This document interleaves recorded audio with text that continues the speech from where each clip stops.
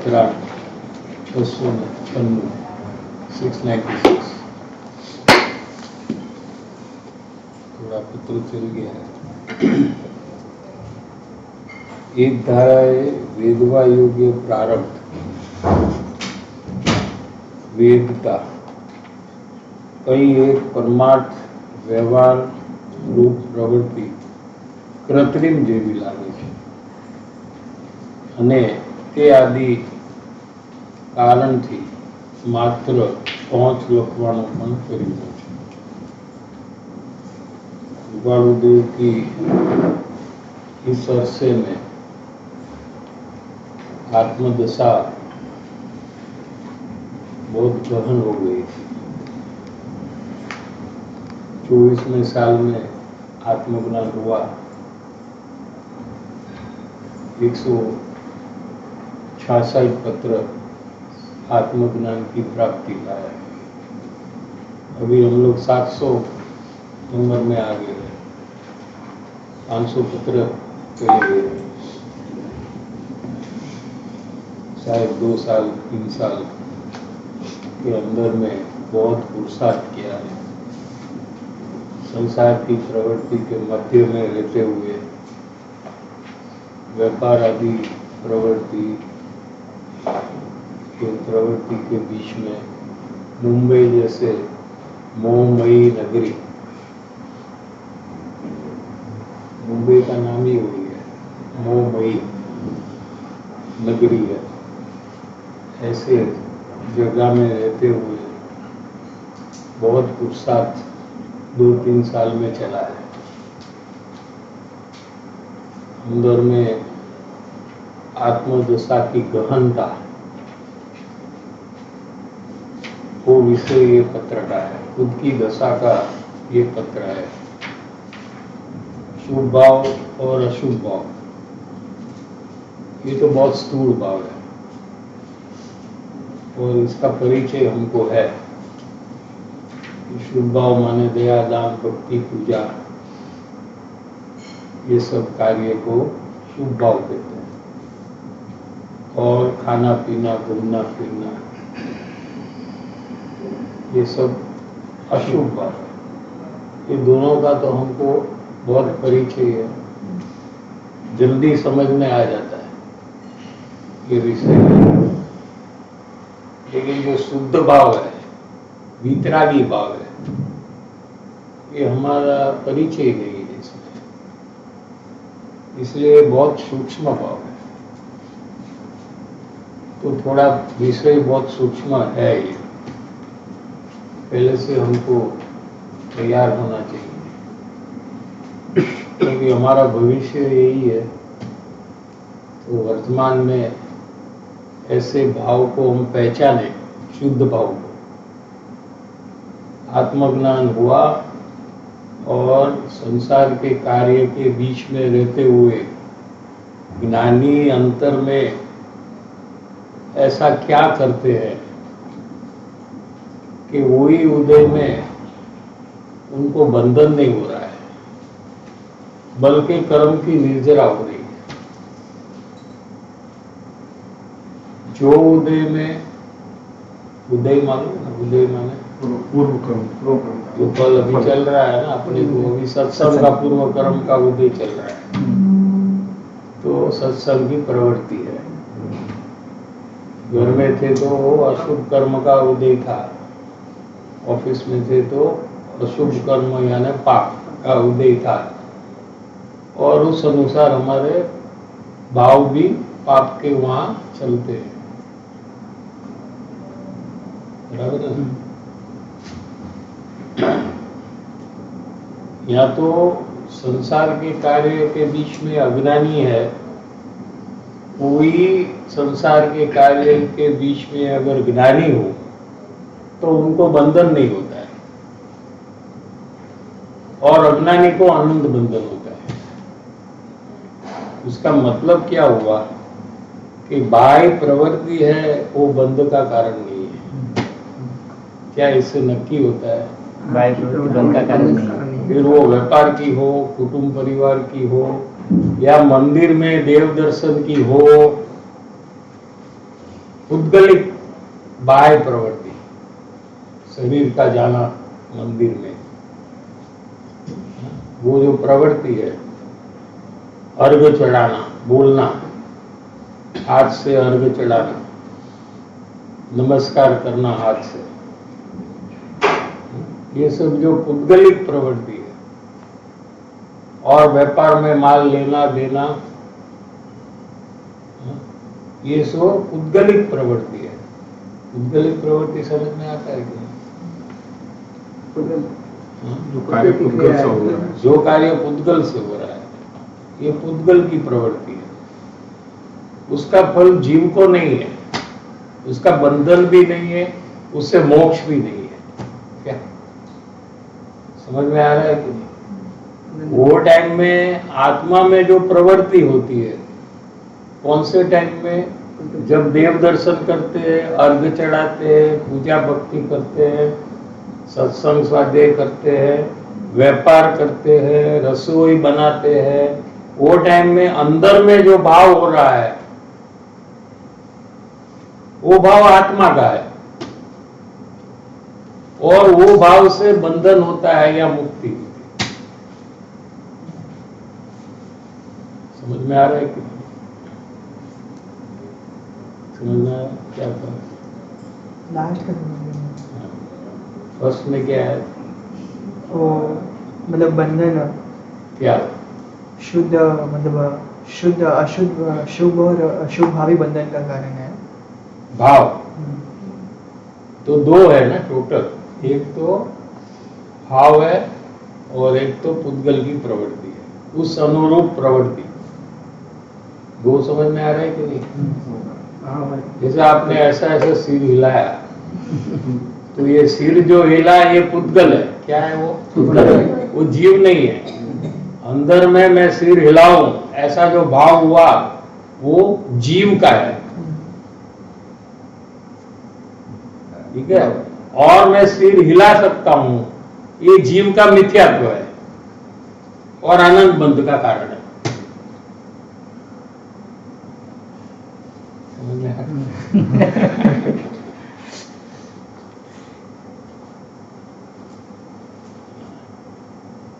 सिर तो उसके अंदर में जो परमाणु है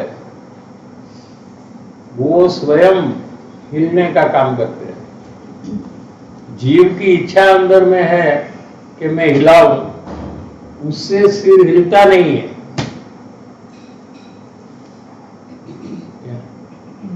समझ में आ रहा है कि नहीं? हाँ, ऐसा होता है कि जब सिर हिलता है उसके पहले हिलाने की इच्छा हो सकती है, लेकिन इच्छा से सिर हिलता नहीं है।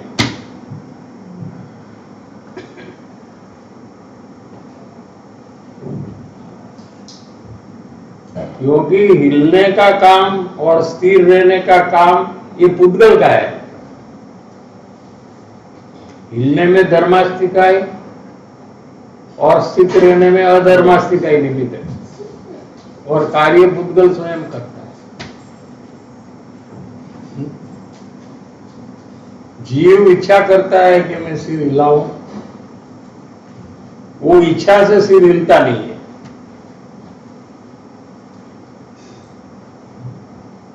ऐसे एक जीव की क्रिया है और एक पुद्गल की क्रिया है। डबल है, डबल। अपने में आपको एग्जाम्पल बनाकर 10-10 एग्जाम्पल बनाना, आपका ही जो जीवन है उसमें से 10 एग्जाम्पल बनाना कि जीव की क्रिया क्या है, इसमें पुद्गल की क्रिया क्या है। और पुद्गल की क्रिया से बंधन नहीं है, मुक्ति है, ऐसा भी नहीं है। जीव के भाव से बंधन है और जीव के वितरागी भाव से मुक्ति है। जीव के शुभ अशुभ भाव से बंधन है और जीव के वितरागी भाव से मुक्ति है। समझ में आया कि नहीं? तो पर द्रव्य है, ये न तो बंध का कारण है, घर का क्षेत्र हो, ऑफिस का क्षेत्र प्लेस एरिया, वो पाप का कारण नहीं है वो, और मंदिर है ये पुण्य का कारण नहीं है कि मंदिर में गए तो अंदर आत्मा में पुण्य ही होगा और घर में रहेंगे तो आत्मा में पापी होगा।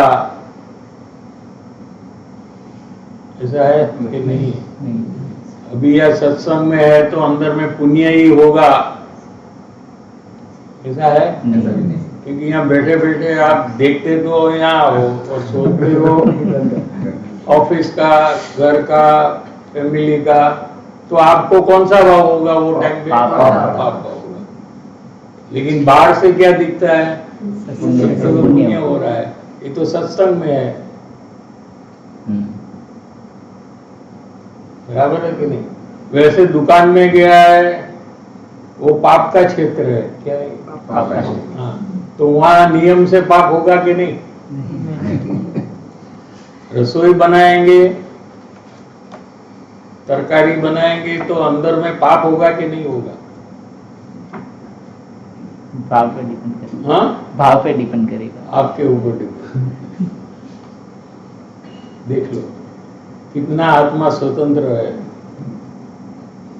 कोई भी उदय में आपको कोई प्रकार से ऐसा नहीं है कि यही भाव होगा। आप तरकारी बनाने के काल में तत्व विचार कर सकते हो। ये चूड़ा का छोली, आप लोग छोली कहते हैं, ये तो ये जो कट रहा है वो टाइम में ये चाकू जो है उसे ये नहीं कट रहा है, चाकू है नहीं है ऐसा नहीं है, लेकिन वो चोरी अपने आप कट रही है। ऐसा तत्व विचार करेंगे तो आपको दो भाव होगा। कौन से? शुभ भाव। हाँ, शुभ भाव। एक तो मालूम था इसलिए दो का दो भाव। कौन से? शुभ और अशुभ। अशुभ कहाँ होगा वो? हाँ? हाँ, दर्शन मोह कम हो जाएगा, मिथ्यात्व कम हो जाएगा और शुभ भाव भी होगा। आपका मोह घट जाएगा। तत्व विचार से दो भाव होता है।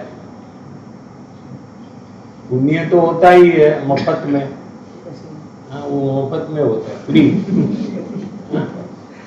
लेकिन मोड़ आपका मोह घटता है और मोह घटते हुए आप सम्यक दर्शन की दिशा में जा सकते हो।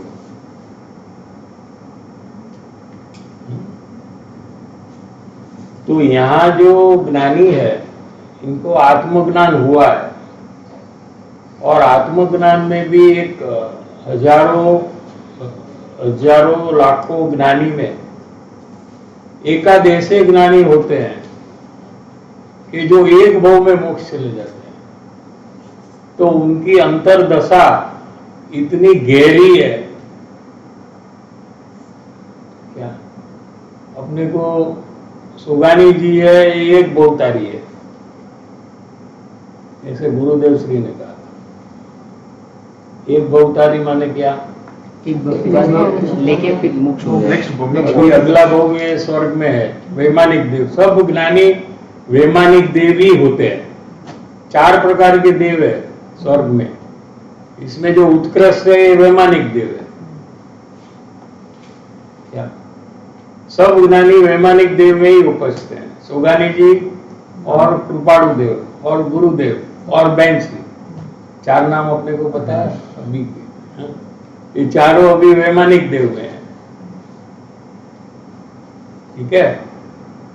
लेकिन उसमें से सुगानी जी अगले भव में, उसके बाद के भव में मोक्ष में चले जाएंगे और गुरुदेव श्री नहीं जाएंगे।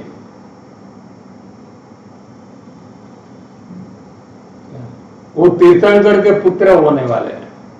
कौन? और मुनि दशा में आने वाले हैं, भावलिंगी संत कुंदाचार्य जैसे।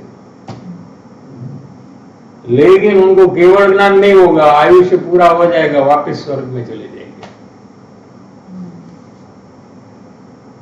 अभी 2 सागर का आयुष्य है वैमानिक देह में, दूसरी बार जब जाएंगे तो 22 सागर का आयुष्य है। एक सागर के अंदर में असंख्य अबज वर्ष,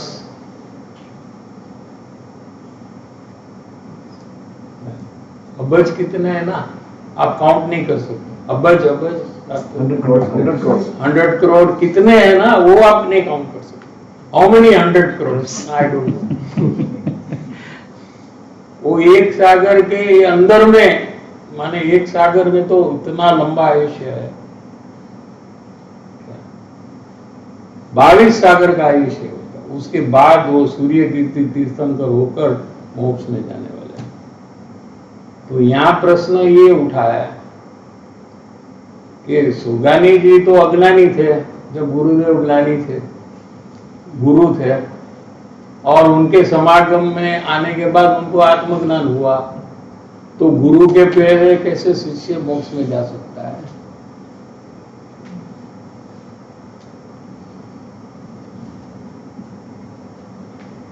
ऐसा होता है क्या? ऐसा जैन दर्शन नहीं होता है, दूसरे धर्म में नहीं होगा। हाँ? जो पुरुषार्थ करेगा ना वो आगे बढ़ेगा। यहाँ जैन दर्शन में ऐसा है, पहला जो है वो पहला जाएगा, बाद वाला बाद जाएगा, ऐसा यहाँ नहीं है। जो प्रयास करेगा, पुरुषार्थ करेगा, वो आगे निकल जाएगा। और गुरुदेव बहुत खुश होते थे ऐसा कहने में कि मेरे पहले ये जाने वाला है। जबरदस्त भाव है ना साईं जी, वो मतलब कैसे, मतलब बिजनेस में कोई आगे बढ़ता है पीछे से आके तो बहुत ईर्ष्या होती है। यहाँ तो बहुत प्रमोद होता है। गुरुदेव तो ऐसा कहते हैं कि मैं जब तीर्थंकर का पुत्र बनूंगा और वो टाइम में मैं जब मुनिपना लूंगा, तो मुनि है ना, ये नमो ओरियंतानम नहीं बोलते, नमो सिद्धेभ्यो बोलते हैं। सिद्ध भगवान को नमस्कार करते हैं मुनि। तो मैं जब नमस्कार करूंगा कि नमो सिद्धेभ्यो, तो सोगानी जी सिद्धा लय में विराजमान होंगे, उसको आप मेरा नमस्कार पहुंचेगा, ऐसा गुरुदेव कहते थे।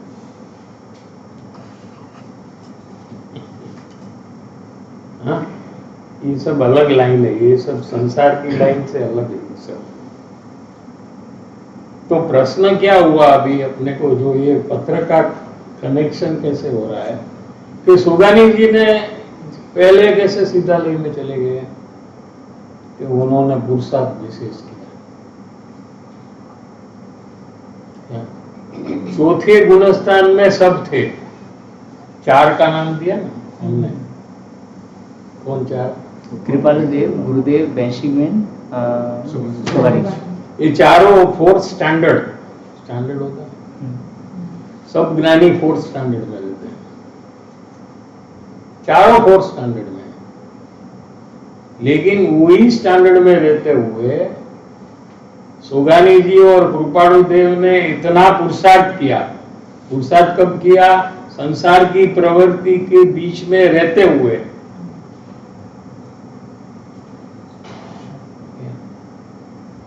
वैसे तो देखो तो गुरुदेव तो त्याग दशा में थे, उनको तो पाप भाव तो कोई दिखाई नहीं देता था। पाप की प्रवृत्ति कितनी कम उनकी। हाँ, सुबह 4 बजे से लेकर सब सोते थे, कभी धार्मिक प्रवृत्ति के अलावा कुछ नहीं था। हाँ? और सुगानी जी व्यापार करते थे कलकत्ता में, कृपाणु देव मुंबई में व्यापार करते थे। तो आपके हिसाब से कौन जल्दी मोक्ष में जाना चाहिए? गुरुदेव श्री ने तो गुरुदेव ने कहा ऐसे आप तो बदल नहीं सकते अभी तो। कृपाणु देव के लिए भी कहा है कि एक भवतारी जासे स्वरूप सुदेश। कृपाणु देव के बारे में भी यही कहा है गुरुदेव से। सुगानी जी के बारे में भी खुद ने कहा है। तो क्या किया उन्होंने कि ऐसा हुआ कि संसार की प्रवृत्ति में रहते हुए बहुत पुरुषार्थ किया अंदर में। क्या तो ये पुरुषार्थ का स्वरूप क्या है, ये विषय ये पत्र का है। जिसे एक भवतारीपना मिले ऐसा ज्ञान दशा में पुरुषार्थ, ये पत्र का विषय है। ગુરુદેવ શ્રીને 22 સાગર જે છે પનિશમેન્ટ જેવું લાગે लागे नहीं तो पनिशमेंट ही लगता है, लेकिन क्या करें, वो शुभ का फल है वो पनिशमेंट, पुण्य का फल है पनिशमेंट। ये पुण्य की जेल है। समझ में आ रहा है कि नहीं? अपन को जिसके साथ बहुत प्रेम है, ऐसा कौन सा भाव है? पुण्य भाव। वो ज्ञानी उसको सजा मानते हैं और अज्ञानी उससे प्रेम करते हैं। अज्ञानी ने तो पुण्य से ही शादी कर ली है, उतना प्रेम है क्योंकि उससे सब चीज मिलती है ना, पैसा, हाँ? गाड़ी बंगला सब मिलता है ना।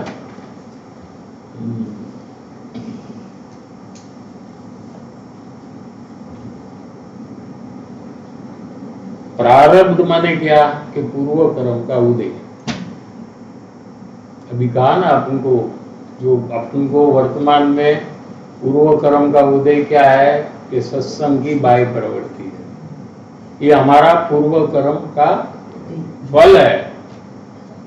हमने जो पुण्य भाव किए है ना पहले, उसका फल आया अभी। तो बाद में सत्संग आदि जिनवाणी का अध्ययन करने की बाह्य प्रवृत्ति चालू है यहाँ। समझ में आ रहा है? इसको क्या कहेंगे? प्रारब्ध। प्रारब्ध समझ में आया? और घर में है तो पाप का उदय है, वहां ऑफिस में भी पाप का उदय है, मंदिर में है तो पुण्य का उदय है। ये सबको क्या कहेंगे? एक शब्द में प्रारब्ध। एक धारा है वेदवा योग्य प्रारब्ध, वेदता। हमको क्या करना है? कृपालुदेव कहते हैं कि हमको आत्मा का जो स्वसंवेदन है, जो हमको आत्मज्ञान हुआ है, और आत्मज्ञान होने के काल में आत्मा का स्वसंवेदन हुआ है। क्या हुआ है? अनुभव हुआ है, क्योंकि आत्मा अनुभूति स्वरूप है। 17-18 गाथा में लिया ना समय से। अनुभूति स्वरूप भगवान आत्मा सौने सदाकाल अनुभव में आवे छे। जैसे अग्नि है तो वो गर्म स्वभावी है। वो क्या है? वो उसमें हाथ डालो तो क्या होगा? उसका स्वभाव ही गर्म है। अग्नि का क्या स्वभाव है? गर्मी देना। बर्फ का क्या स्वभाव है?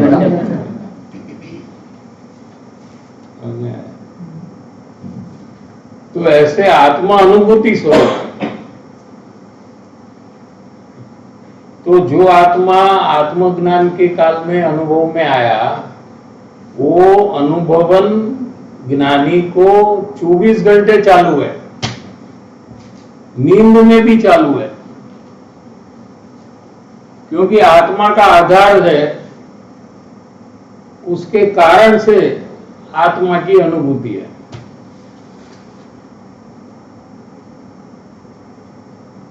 आत्मा का आधार माने आत्मा में स्वामित्व हुआ, अपनत्व हुआ, और शरीर और राग आदि में अपनत्व छूट गया। ऐसे जीव को ज्ञानी कहने में आता है।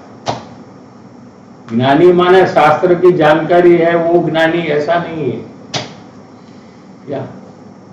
क्योंकि तिर्यंच के जीव को भी आत्मज्ञान होता है, उसको तो शास्त्र का ज्ञान ही नहीं है। गाय भैंस पंचेंद्री संगनीपना मन वाले जो भी तिर्यंच है, उनको शास्त्र 7 तत्व ऐसा शब्द ही नहीं आता है।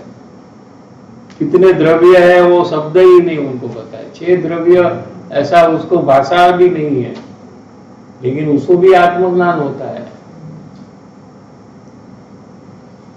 तो आत्मज्ञान हुआ तो आत्मा का अनुभव, क्योंकि अनुभूति स्वरूप है ना आत्मा। जैसे अग्नि है, ये गर्म स्वरूप ही है ना। तो अमेरिका में जो अग्नि है वो गरम, और चाइना में गरम, सब जगह में गर्म ही है क्या? हाँ, इंडिया में गर्म है ना, तो उसका स्वभाव ही है गर्म रहना, तो कभी भी गर्म ही रहेगा वो। ऐसे आत्मा है, अनुभूति स्वरूप है। तो एक बार आत्मा का अनुभव हुआ, आत्मा का आश्रय हुआ, तो वो आश्रय ज्ञानी को 24 घंटे रहता है, और अनुभूति आत्मा की 24 घंटे रहती है लब्ध ज्ञान में। ज्ञान है ना, एक ही पर्याय है ज्ञान। ज्ञान किसको कहते हैं? जानना जानना जानना। जो जानना हो रहा है ना आपको, वो क्या है? वो ज्ञान है। लेकिन अज्ञानी का ज्ञान सिर्फ पर को ही जान रहा है, अपने को नहीं जान रहा है, यानी आत्मा को नहीं जान रहा है। ठीक है? आत्मज्ञान हुआ तो ज्ञान स्व पर दोनों को जानता है, क्योंकि ज्ञान स्व पर प्रकाशक ही है। उसका स्वाभाविक स्व पर को जाने ऐसा है, तो स्व का वेदन है ज्ञानी को, और पर का ज्ञान है। स्व का वेदन है, स्व का वेदन है, अनुभव है स्व का, और अनुभव की जानकारी है, वो स्व का ज्ञान हुआ। लो, समझ में आ रहा है कि नहीं? थोड़ा सूक्ष्म विषय है, लेकिन लेना पड़ेगा आगे। ये जो दशा है, ये समझाना हो तो फिर विषय थोड़ा सूक्ष्म होता है। तो आत्मा का ज्ञान जब हुआ तो ज्ञानी को स्व पर प्रकाशक ज्ञान खिल गया, खुल गया। पहले सिर्फ अज्ञान दशा में पर को ही जो जानते थे, और स्व संबंधी जो ज्ञान है वो फैकल्टी बंद थी, कैपेबिलिटी बंद थी। क्या? वो आत्मज्ञान होने से खुल गई।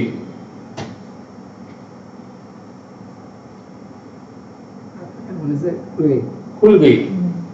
तो ज्ञानी स्व पर का ज्ञान उनको होता है, हर एक समय में स्व का भी ज्ञान होता है और पर का भी जो ज्ञान होता है। ठीक है? तो पर संबंधी जो ज्ञान है वो उपयोग स्वरूप है, और स्व संबंधी जो ज्ञान है ये लब्ध स्वरूप है। एक ही ज्ञान की पर्याय के दो छेड़े हैं, एक छेड़ा आत्मा में है और एक छेड़ा पर में है। आत्मा में जो छेड़ा है, जो आत्मा को स्पर्श करता है और आत्मा का स्व संवेदन अनुभव होता है, और दूसरा जो है ये पर को जान रहा है। तो या तो उसको शुभ भाव होगा या तो उसको अशुभ भाव होगा। सत्संग आदि प्रवृत्ति होगा तो शुभ भाव होगा, व्यापार आदि प्रवृत्ति होगी तो वो शुभ भाव, शुभ उपयोग कहते हैं उसको, और व्यापार की प्रवृत्ति को अशुभ उपयोग कहते हैं। थोड़ा शास्त्रीय शब्द आ रहा है आज। साथ में शुद्ध भाव भी होगा। हाँ? ज्ञानी को संसार की प्रवृत्ति रहेगी तो पाप भाव होगा। बड़ी लब्ध है। वो तो शुद्ध भाव है। हाँ, वही शुद्ध भाव। शुद्ध भाव तो पहले कह दिया ना, दूसरा दो की बात चल रही है। संसार के प्रवृत्ति के काल में अशुभ भाव होगा, और शुद्धता तो 24 घंटे है, वो बदलती नहीं है। जो बदलता है वो शुभ अशुभ बदलता है, या तो शुभ रहता है या तो अशुभ रहता है। समझ में आ रहा है कि नहीं? पूछ सकते आप लोग, ऐसा नहीं है कि नहीं। परमिशन की रात इतना नहीं। सर जिसमें एक बार जो आश्रय लिया आत्मा का, जब अज्ञानी से ज्ञानी दशा आई, तो वो आश्रय लिया हुआ वापस जाता ही नहीं, मतलब वो वहीं रह जाता है आश्रय। वो मतलब संसार का ऐसा कोई भी प्रवृत्ति में रहता है, तो मतलब स्कूटर चलाने का है तो एक बार चलाने का ट्राई कर रहे हैं, तो एक बार जम गया है, बट नेक्स्ट टाइम में भी वापस थोड़ा वो बैलेंस तो बिगड़ता है, तो वो स्थिरता जो है आश्रय, वो कैसे पकड़, उसको ही परमानेंट पकड़ लिया और जो पुराना आश्रय था उसको छोड़ दिया, वो नहीं समझा। नहीं, वो तो एक ही बार होता है ना। घड़ी घड़ी आप थोड़ा प्रश्न है कि बाद में क्यों नहीं चेंज होता है, वो आपका प्रश्न। हाँ हाँ। तो बाद में क्यों चेंज होना चाहिए? जैसे कि आप अभी पुरुष हो तो कायम आपको ऐसी फीलिंग रहेगी कि आप पुरुष हो, वो चेंज नहीं होगी। आपको होती है? नहीं। कोई एक्टर है, वो फिर लेडीज का ड्रेस पहनते हैं ना एक्टिंग में, हम्म, तो उसको लगेगा कि मैं लेडी हूं कि नहीं लगेगा? नहीं। वो नहीं चेंज होगा, कभी भी चेंज नहीं होगा। मैं पुरुष हूं ऐसा भले आप विचार न करो, आप घड़ी घड़ी विचार नहीं करते या किसी को पूछते नहीं आप क्या समझते मैं पुरुष हूं या स्त्री हूं, पूछने की जरूरत नहीं है। लेकिन आप पुरुष मानकर पुरुष रूप व्यवहार करते रहते हो। क्या समझ में आता है क्या? स्त्री रूप व्यवहार आप नहीं करेंगे, जैसे स्त्री शर्माती है वैसा आप नहीं करेंगे। करेंगे तो आप भूलेंगे नहीं अपने को कि आप पुरुष हो, और पुरुष योग्य व्यवहार करेंगे।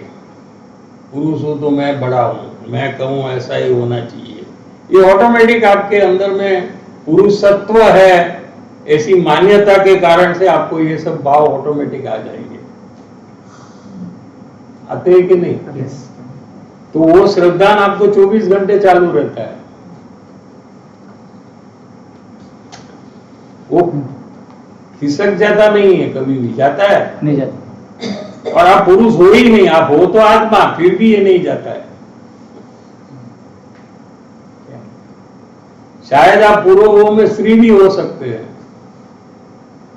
फिर भी आपका पक्का श्रद्धा नहीं कि आप पुरुष हो, उसमें कोई चेंज नहीं है। आप आत्मा हो, आप पुरुष हो ही नहीं, फिर भी आपका श्रद्धान पक्का है कि आप पुरुष हो। चिन्वाणी कितना भी कहे कि तू परमात्मा छो, तू भगवान छो, तो कहना हूं तो पुरुष જ છું, હું સ્ત્રી જ છું, ये छूटता नहीं है ना। जो आप नहीं हो फिर भी आपका श्रद्धान कितना पक्का है? बहुत पक्का है। बहुत पक्का है ना। हाँ। अगर आप हो, उसका श्रद्धान हो तो कितना पक्का रहेगा? आप आत्मा हो और आत्मा का अनुभव हुआ तो वो श्रद्धान कितना पक्का रहेगा? जो आप नहीं हो उसका श्रद्धान इतना पक्का है, और वो भी आपकी जितनी उम्र है उतने टाइम से आप पुरुष हो। पूर्वों में क्या आप देव भी हो सकते हैं, देवी हो सकते हैं, तिर्यंश में भी आप हो सकते हो। नारकी तो नपुंसक ही होता है, वो पुरुष स्त्री होता ही नहीं। वहां नरक में जितने जीव है सब नपुंसक है, हिजड़ा, नो मेल नो फीमेल। तो कहीं से भी जीव आया है यहाँ, तो जितना साल यहाँ जन्म हुआ उतना साल का श्रद्धान कितना पक्का?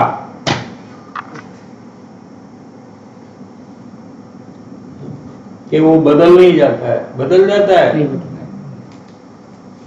तो आत्मा तो हम है अनादिकाल से, तो एक बार आत्मा का अनुभव हुआ तो वो श्रद्धान कितना पक्का रहेगा? समझ आया बाप। समझ में आ रहा है कि नहीं? समझ अनादि अनंतम आत्मा है।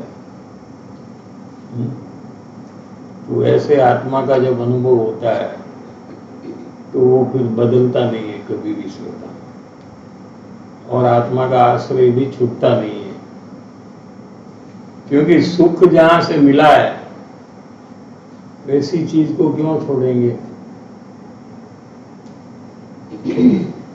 अंत में तो सबको क्या चाहिए? सुख पैसा ज्यादा चाहिए तो किसके लिए चाहिए? सुख के लिए, सुख के लिए चाहिए कि दुखी होने के लिए? सुखी होने के लिए, हाँ?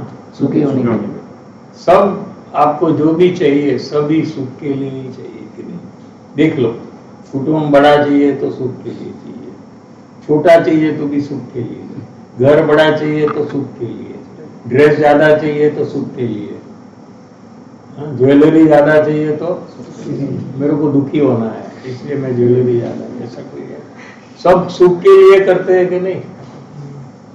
तो सुख किसी में मिलता नहीं है फिर भी हम उसके पीछे दौड़ते हैं। जब पहली बार आत्मा में से सुख अनुभव में आया तो वो जीव कैसे छोड़ेगा आत्मा को? तो हो ही नहीं सकता ये सब। सर जी स्व पर प्रकाशक जो खिल जाता है बताया ना, वो समझ में आया। आप स्व को जानते हो, माने आपका स्व ज्ञान है ये बिडाई, बिडाई बिडाई माने जैसे फूल है ना, खिल जाता है ना, फिर मुरझा जाता है। आपका स्व का ज्ञान मुरझा गया है, वो काम नहीं करता है, वो फैकल्टी काम नहीं करता है आपका। आप सिर्फ पर को ही जानते हो बस। आत्मज्ञान हुआ तो स्व का ज्ञान खिलता है अंदर से।